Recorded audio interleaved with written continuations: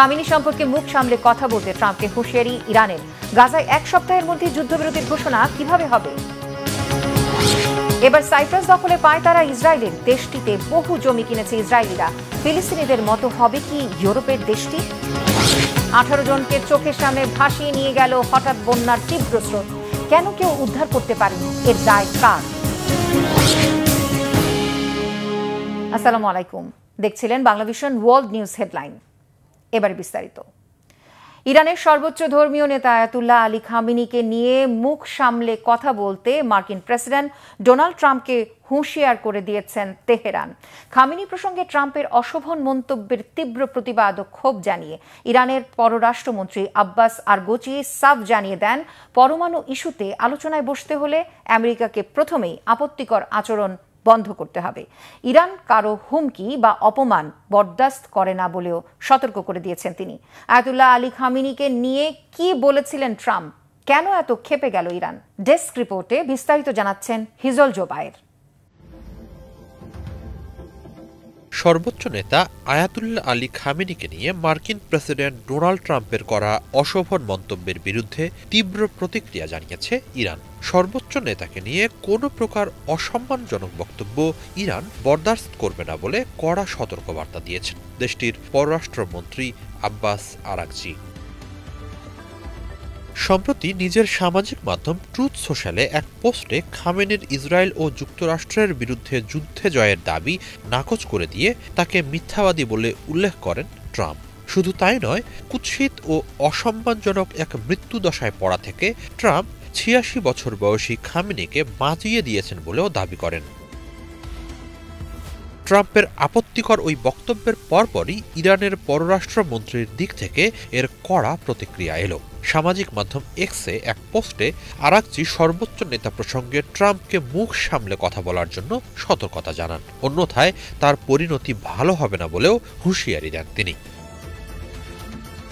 ওই পোস্টে আরাকচি বলেন, ট্রাম্প যদি সত্যিই আগামীতে ইরানের সাথে পরমাণু ইস্যুতে আলোচনায় বসতে আগ্রহী হয়, তবে তাকে আয়াতুল্লাহ আলী খামেনির ব্যাপারে হিসাব করে কথা বলতে হবে। তিনি এই দেশের সর্বোচ্চ ধর্মীয় নেতা এবং কোটি কোটি ইরানি তার অনুসারী। খামেনিকে অসম্মান করে কথা বলার মধ্য দিয়ে এই অনুসারীরাও অপমানিত হন। ইরানি মূল্যবোধকে আঘাত করে কেউ ইরানের সাথে বন্ধুত্ব পাতাতে পারবে না বলে সতর্ক করেন আরাকচি। তিনি বলেন, ইরানিরা নিজেদের যোগ্যতা সম্পর্কে খুব ভালোভাবেই অবহিত। তারা স্বাধীনতাকে মূল্য দেয় এবং অন্য কেউ তাদের নিয়তি নির্ধারণ করে দেবে কখনোই তা হতে দেয় না। মহান ও শক্তিশালী ইরানিদের কাছে পর্যুদস্ত হয়ে ইরানি মিসাইলের আঘাতে নিজেদের ধুলায় মিশে যাওয়া ঠেকাতে ইসরায়েল কিভাবে ট্রাম্পকে বাবা ডেকে তাদের বাঁচানোর অনুরোধ জানাতে ছুটে গেছে তা সারা দুনিয়া দেখেছে বলে উল্লেখ করেন আরাকচি। এছাড়া তাদের আর কোনো উপায় ছিল না, বলেন তিনি। এই সূত্র ধরেই ট্রাম্পকে হুঁশিয়ারি দিয়ে ইরানের পররাষ্ট্রমন্ত্রী বলেন, ইরানিরা কখনোই অপমান বা হুমকিকে ভালোভাবে নেয় না। এ ধরনের বিভ্রমে ভুগলে তা ভয়াবহ পরিণতি বয়ে আনবে। এসবের প্রতিক্রিয়ায় ইরান তার প্রকৃত সক্ষমতা দেখাতে ন্যূনতম দ্বিধা করবে না। আর তখন ইরান আসলেই কতটা সক্ষম সেই বিভ্রম ঘুচে যাবে, বলেন আরাকচি। এর আগে ২৬ জুন এক ভাষণে খামেনি বলেন, ইরানের পরমাণু স্থাপনায় হামলার জেরে কাতারে মার্কিন ঘাঁটিতে মিসাইল দিয়ে পাল্টা হামলা ছিল যুক্তরাষ্ট্রের মুখে কষে একটা চড় মারা। হিজল জোবায়ের, বাংলাভিশন। এদিকে আসছে 1 সপ্তাহের মধ্যে গাজায় যুদ্ধবিরতি হতে পারে বলে ঘোষণা দিয়েছেন মার্কিন প্রেসিডেন্ট ডোনাল্ড ট্রাম্প। শুক্রবার সাংবাদিকদের তিনি জানান, গাজা যুদ্ধবিরতির জন্য চেষ্টা চললে এবং দ্রুতই তা কার্যকর হতে পারে। তবে এ বিষয়ে বিস্তারিত কিছু জানাননি মার্কিন প্রেসিডেন্ট। এদিকে ট্রাম্পের এই ঘোষণার মধ্যেও গাজায় নৃশংস হত্যাযজ্ঞ অব্যাহত রেখেছে ইসরায়েলি বাহিনী। একদিনে হত্যা করা হয়েছে অন্তত ৮১ ফিলিস্তিনিকে, আহত হয়েছে ৫০০রও বেশি।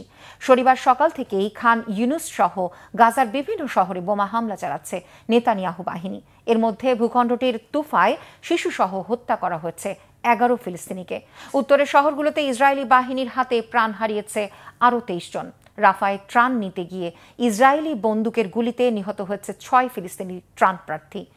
ক্ষুধার্ত ফিলিস্তিনিদের উপর এই ধরনের হামলা যুদ্ধ অপরাধের শামিল বলে মন্তব্য করেছে গাজা কর্তৃপক্ষ। জাতিসংঘ বলছে ইসরায়েলি হামলায় যুক্তরাষ্ট্র ইসরায়েল পরিচালিত গাজা হিউম্যানিটেরিয়ান ফাউন্ডেশন এখন মৃত্যুকূপে পরিণত হয়েছে। গেল 1.5 বছরের বেশি সময়ে ইসরায়েলি হামলায় গাজায় নিহত ফিলিস্তিনির সংখ্যা দাঁড়িয়েছে 56,412 জনে। আহত হয়েছে 1,33,000-এর বেশি ফিলিস্তিনি। ইসরায়েলিদের পরিকল্পিত জমি দখলের হুমকিতে বিপদের মুখে পড়েছে ইউরোপের ইহুদি বান্ধব রাষ্ট্র সাইপ্রাস। গত 4 বছরে দেশটির উপকূলীয় অঞ্চলসহ সংবেদনশীল এলাকাগুলোতে ইসরায়েলিরা কিনে ফেলেছে হাজার হাজার সম্পত্তি। ফিলিস্তিনিদের পশ্চিম তীরের মতো কি সাইপ্রাসেও গড়ে উঠছে নতুন সেটলার বসতি? স্থানীয় বামপন্থী দল আকেল বলছে এভাবে চলতে থাকলে সাইপ্রাস তার ভৌগোলিক নিয়ন্ত্রণ হারাবে। হাফিজুল ইসলামের ডেস্ক রিপোর্টে বিস্তারিত। ইসরায়েলিদের পরিকল্পিত দখলের আগ্রাসী হুমকিতে পড়তে যাচ্ছে ইউরোপের ইহুদি বান্ধব রাষ্ট্র সাইপ্রাস। গত 4 বছরে দেশটিতে হাজার হাজার রিয়েল এস্টেট ও জমি কিনেছে ইসরায়েলের নাগরিকেরা। বিভিন্ন সেনাঘাঁটি, উপকূলীয় জোন ও গুরুত্বপূর্ণ অবকাঠামোর কাছে পিঠে সম্পত্তি কেনার এমন প্রবণতা উস্কে দিচ্ছে উদ্বেগ ও আশঙ্কা। পরিস্থিতি মোকাবেলায় নতুন আইন জারির দাবি তুলেছে সাইপ্রাসের বামপন্থী রাজনৈতিক দল আকেল। স্থানীয় সংবাদ মাধ্যম সাইপ্রাস মেইলের এক রিপোর্টে উঠে এসেছে এসব তথ্য। ফিলিস্তিনের পশ্চিম তীর ও পূর্ব জেরুজালেমের মতো ইউরোপের মাটিতেও কি দখলদার ইসরায়েলিরা গড়ে তুলছে নিজেদের দেশ? তাদের কেনা জমি কি শুধু বাড়ি তৈরির জন্য, নাকি পরবর্তী ধাপে সেখানে তারা বানাবে আরেক ফিলিস্তিন? দ্বীপরাষ্ট্র সাইপ্রাসে ইউরোপীয় ইউনিয়নের বাইরের দেশগুলোর নাগরিকদের জমি কেনার ব্যাপারে নানা রকম বিধিনিষেধ আছে, কিন্তু গোল্ডেন ভিসা নামের বিশেষ সুবিধার সুযোগ নিচ্ছে সেখানকার ইসরায়েলিরা। মাত্র 3 লাখ ইউরো বিনিয়োগ করে তারা পেয়ে যাচ্ছে সাইপ্রাসে বসবাসের অধিকার। বর্তমানে লারনাকা ও লিমাসোলের মতো বড় বড় শহরগুলোতে তৈরি হচ্ছে ইহুদি অধ্যুষিত আলাদা কমিউনিটি, যেখানে কেবল ইসরায়েলিরাই বসবাস করে। এসব এলাকায় তৈরি হচ্ছে নিজস্ব শিক্ষা প্রতিষ্ঠান ও ধর্মীয় প্রার্থনা কেন্দ্র। নিরাপত্তার কড়াকড়ি থাকায় স্থানীয় বাসিন্দারাও সেসব এলাকায় সহজে প্রবেশ করতে পারে না। ফিলিস্তিনের পশ্চিম তীর ও জেরুজালেমে একসময় ইসরায়েলিদের সংখ্যা ছিল নগণ্য। প্রথমে জমি কিনে সেখানে বসতি করে তারা, তারপর আসে নিরাপত্তা বাহিনী ও চেকপোস্ট। একসময় পুরো এলাকা চলে যায় তাদের দখলে। সাইপ্রাসে ইসরায়েলি নাগরিকদের জমি ও সম্পত্তি কেনার হার ধারণ করেছে তীব্র আকার। দেশটির বামপন্থী দল আকেল সরাসরি সতর্ক করে বলছে এভাবে চলতে থাকলে নিজ ভূখণ্ডের মালিকানা হারাবে সাইপ্রাসের জনগণ। পরিকল্পিত এমন জমি কেনাবেচার বিষয়টিকে দেশের জন্য গভীর নিরাপত্তা হুমকি বলেও মনে করছে সাইপ্রাসের অনেক রাজনীতিবিদ।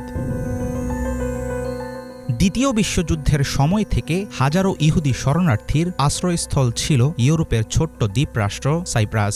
সাম্প্রতিক ইরান ইসরায়েল সংঘাতের সময়ও দেশটিতে আশ্রয় নেয় হাজারো ইহুদি। 2021 থেকে 2025 সালের জানুয়ারি পর্যন্ত সাইপ্রাসে ইসরায়েলিদের কেনা সম্পত্তিগুলোর অবস্থান লারনাকা, লিমাসোল সহ উপকূলীয় শহরগুলোর অভিজাত এলাকায়। রাশিয়া, যুক্তরাজ্য বা লেবাননের নাগরিকরা দেশটিতে প্রপার্টি কিনে থাকে, তবে ইসরায়েলিদের টার্গেটেড পারচেসকে সন্দেহের চোখে দেখার দাবি অনেকের।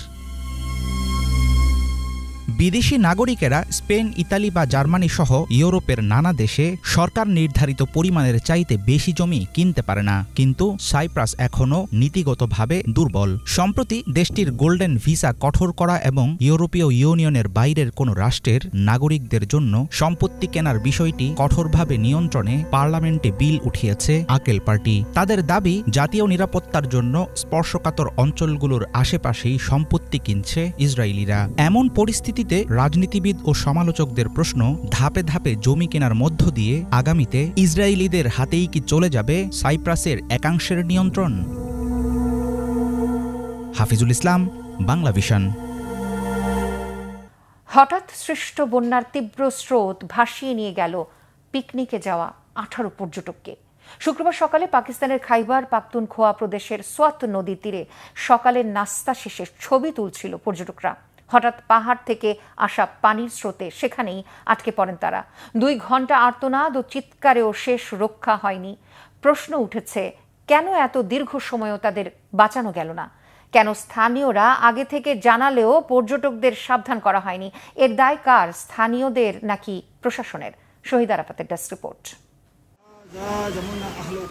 তীব্র পানির স্রোত ভাসিয়ে নিয়ে যাচ্ছে তাদের। বাঁচার জন্য হাতের কাছে কিছুই নেই। শুধু ছিল আর্তনাদ আর সাহায্যের আকুতি। এক বা দুইজন নয়, একে একে পানিতে ভেসে গেল একই পরিবারের হতভাগ্য 18 জনের সবাই। প্রায় 2 ঘন্টা ধরে এভাবেই চিৎকার করছিল তারা, কিন্তু দূর থেকে তাদের ছবি তোলা ছাড়া কাছে গিয়ে সাহায্যের কোনো উপায় ছিল না ভয়াবহ স্রোতের কারণে। কিন্তু যতক্ষণে স্থানীয়রা ও উদ্ধারকারী দল এগিয়ে গেছেন ততক্ষণে অনেক দেরি হয়ে গেছে। মরদেহ উদ্ধার করা হলো 11 জনের। এদের মধ্যে 9 জনই একই পরিবারের। নিখোঁজ রয়েছেন আরো কয়েকজন। সৌভাগ্যক্রমে জীবিত উদ্ধার করা হয়েছে 4 জনকে। তারা সকালের নাস্তা শেষে কিছু সেলফি তুলতে ওই স্থানটিতে যায়। তখন ওখানে বেশি পানি ছিল না। হঠাৎ করেই বন্যার পানি বাড়তে থাকলে তারা ভেসে যায়। পানির স্রোত খুবই শক্তিশালী ছিল। দেখে মনে হচ্ছিল যেন একটি বাঁধ ভেঙে পানি আসছে। চোখে পানি চলে আসার মতো এই ঘটনাটি ঘটেছে পাকিস্তানের খাইবার পাখতুনখোয়া প্রদেশের সোয়াত নদী তীরে। শুক্রবার সকালে পিকনিক করতে সেখানে গিয়েছিল বেশ কয়েকজন পর্যটক। সকালে নাস্তা শেষে সেলফি তুলতে নদী তীরের একখণ্ড উঁচু ডিবির ওপর উঠেছিলেন তারা। আচমকা পাহাড় থেকে পানির স্রোত নেমে এলে আটকা পড়েন দর্শনার্থীরা। পাহাড় থেকে আসা পানির স্রোত সম্পর্কে কোনো ধারণা ছিল না ওই পর্যটকদের, কেবল জানতো স্থানীয়রা। বেঁচে যাওয়া পর্যটকরা জানান তারা ভেবেছিলেন এক সময়ে স্রোত থেমে যাবে, কিন্তু তা আর হয়নি। এক পর্যায়ে স্রোত আরো তীব্র হয়ে ভয়াবহ আকার ধারণ করে, বাড়তে থাকে তীব্রতা। ততক্ষণে অনেক দেরি হয়ে গেছে। চিৎকার করতে থাকেন আটকা পড়া দর্শনার্থীরা। উপস্থিত মানুষ নিরুপায় হয়ে দেখেন এই ভেসে যাওয়ার ঘটনা। 2 ঘন্টা পর পুলিশ ও উদ্ধারকারী দল ঘটনাস্থলে পৌঁছায়। এর মধ্যেই ভেসে যায় বেশ কয়েকজন। পরে স্রোত আরো বেড়ে যাওয়ায় উদ্ধার তৎপরতা কঠিন হয়ে পড়ে। তারা 2 ঘন্টারও বেশি সময় ধরে চিৎকার করছিল। সময়ের সাথে সাথে স্রোতের গতি বাড়তে থাকে। পুলিশ ও উদ্ধারকারী দল প্রায় 2 ঘন্টা পর এখানে আসে। এই সময়ে 4 জন ভেসে যায়। পরে আরো 14 জন ভেসে যায়। শক্তিশালী স্রোতের সামনে কারো কিছুই করার ছিল না। শক্তিশালী এই স্রোত খাওয়াজে খেলা থেকে আসতে থাকে। স্থানীয়দের দাবি বৃহস্পতিবার রাত থেকেই তারা বিষয়টি জানতেন। তারা স্রোতের বিষয়ে অন্যদের জানিয়েছেন। দুর্ভাগ্যক্রমে পাঞ্জাব ও শিয়ালকোট থেকে আসা দর্শনার্থীরা বিষয়টি জানতেন না। আমরা আগের দিন সকালেই জানতে পারি একটি শক্তিশালী স্রোত এদিকে আসছে। আশপাশের মানুষদের সতর্ক করছিলাম, কিন্তু পাঞ্জাব ও শিয়ালকোট থেকে আসা পর্যটকরা না জেনেই নদীর ওই দিকে যায়। শিশুসহ অন্তত 18 জন ভেসে গেছে। তাদের মধ্যে 5 জন মারদানের ও 12 জন শিয়ালকোটের। স্থানীয় লোকজন ও উদ্ধারকর্মী সহ অন্তত 80 জন যোগদানে এই উদ্ধার কাজে। 11 জনের মরদেহ উদ্ধার করা সম্ভব হয়েছে। নিহতদের প্রতি শোক জানিয়েছেন পাকিস্তানের প্রধানমন্ত্রী শাহবাজ শরীফ। পাকিস্তানের বিভিন্ন জায়গা থেকে প্রতি বছর এই অঞ্চলে প্রায় 10,000 পর্যটক ভ্রমণ করে থাকেন। শহীদ আরাফাত, বাংলাভিশন নিউজ ডেস্ক। এদিকে পাকিস্তানের উত্তর পশ্চিমাঞ্চলীয় প্রদেশ খাইবার পাখতুনখোয়ায় আত্মঘাতী বোমা হামলায় 13 সেনা নিহত হয়েছেন। আহত হয়েছেন আরও 29 জন। শনিবার দুপুরে প্রদেশের উত্তর ওয়াজিরিস্তান জেলায় ঘটনাটি ঘটে। উত্তর ওয়াজিরিস্তানের এক সরকারি কর্মকর্তা জানিয়েছেন আত্মঘাতী হামলাকারী একটি বিস্ফোরকবাহী গাড়ি নিয়ে সেনাবাহিনীর গাড়ি বহরের মধ্যে ঢুকে এর বিস্ফোরণ ঘটায়। বিস্ফোরণের ঘটনাস্থলের কাছে থাকা 2টি বাড়ির ছাদ উড়ে যায়। আহতদের মধ্যে 4 জনের অবস্থা গুরুতর। পাকিস্তান ভিত্তিক তালেবান গোষ্ঠী তেহরিকি তালিবান পাকিস্তানের উপশাখা হাফিজ গুল বাহাদুর আর্মড গ্রুপ এরই মধ্যে হামলার দায় স্বীকার করেছে। নতুন এক রক্তের গ্রুপ জি নেগেটিভ আবিষ্কার করল গবেষকরা। বিশ্বের প্রায় 800 কোটি মানুষের মধ্যে মাত্র 1 জনের শরীরে পাওয়া গেছে বিরল এই গ্রুপ। গবেষকরা বলছেন সেই ব্যক্তির পূর্বপুরুষদের রক্তে অস্বাভাবিক পরিবর্তন বা মিউটেশনের ফল এটি। আর এই আবিষ্কারের ফলে উন্মুক্ত হতে পারে চিকিৎসা বিজ্ঞান, জিনতত্ত্ব ও মানুষের বিবর্তন জ্ঞানের নতুন দুয়ার। নতুন এই রক্তের গ্রুপ নিয়ে আরো জানাচ্ছেন ইমরান মাহমুদ। খুঁজে পাওয়া গেল নতুন এক রক্তের গ্রুপ জি নেগেটিভ। বিশ্বের প্রায় 800 কোটি মানুষের মধ্যে মাত্র 1 জনের শরীরে পাওয়া গেছে এই রক্ত। আর এই আবিষ্কার পাল্টে দিয়েছে চিকিৎসা বিজ্ঞান, জিনতত্ত্ব ও মানুষের বিবর্তনের ধারণা। কি আছে এই নতুন রক্তের গ্রুপে? বিরল এই রক্তের গ্রুপটি সম্পর্কে জানার আগে আমাদের সাধারণ রক্তের গ্রুপ বিষয়ে কিছুটা ধারণা থাকা দরকার। রক্তের গ্রুপ বলতে মূলত বোঝানো হয় রক্তের লাল কণার গায়ে থাকা বিশেষ প্রোটিন বা অ্যান্টিজেন। সহজভাবে বলতে গেলে যদি কোনো ব্যক্তির রক্তে এ প্রোটিন থাকে সে এ গ্রুপের, যদি বি থাকে তাহলে বি গ্রুপের, দুটোই থাকলে এ বি আর কোনোটি না থাকলে ও গ্রুপের হয়। পাশাপাশি RH নামের আরেকটি গুরুত্বপূর্ণ প্রোটিন থাকে। যদি RH থাকে তাহলে রক্ত পজিটিভ আর না থাকলে নেগেটিভ। ফলে এ পজিটিভ, এ নেগেটিভ, ও পজিটিভ বা ও নেগেটিভ ইত্যাদি ধরনের পরিচিত গ্রুপগুলো তৈরি হয়।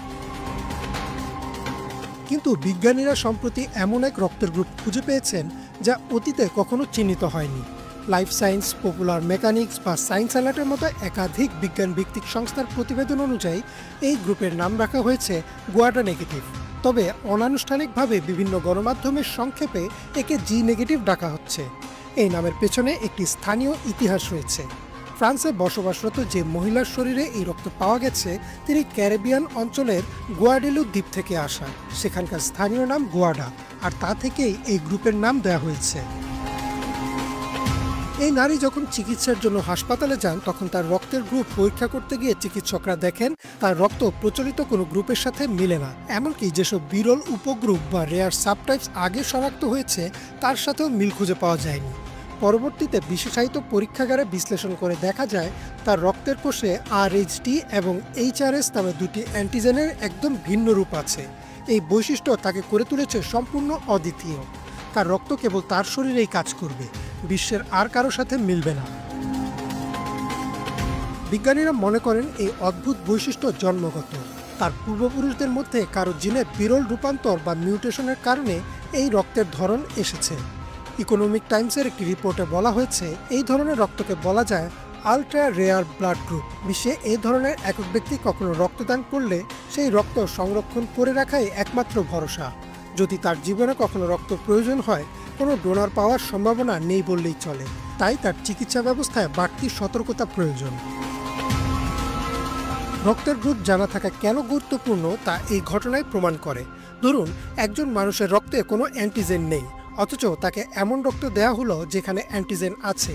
তার শরীর সেই রক্তকে অজানা মনে করে হামলা শুরু করবে। এটি হেমোলাইটিক ট্রান্সফিউশন রিঅ্যাকশন নামে পরিচিত। এতে জ্বর, শ্বাসকষ্ট এমনকি মৃত্যু পর্যন্ত হতে পারে। রক্তের সঠিক ক্রস ম্যাচিং নিশ্চিত করতে হাসপাতালগুলোতে কঠোর পরীক্ষা করা হয়। তাই রক্ত সঞ্চালনকে চিকিৎসা বিজ্ঞানের সবচেয়ে সংবেদনশীল কাজ হিসেবে ধরা হয়। বিশেষজ্ঞদের মতে এই আবিষ্কার কেবল চিকিৎসা নয়, জিনতত্ত্ব ও মানুষের বিবর্তনের দিকেও নতুন আলো ফেলেছে। কারণ রক্তের অ্যান্টিজেনের এই ভিন্নতা প্রমাণ করে আমাদের জিনগত বৈচিত্র্য কত অজানা। সায়েন্স অ্যালার্ট জানিয়েছে গবেষকরা এখন এই গুয়াডা নেগেটিভ রক্তের উৎস খুঁজতে চাচ্ছেন। তারা জানতে চাইছেন হয়তো পৃথিবীর আর কোথাও কোনো পরিবারে এমন রক্ত আছে যা এখনও শনাক্ত হয়নি। ইমরান মাহমুদ, বাংলা ভিশন। এই ছিল আজকের মতো। ধন্যবাদ সবাইকে এতক্ষণ সাথে থাকার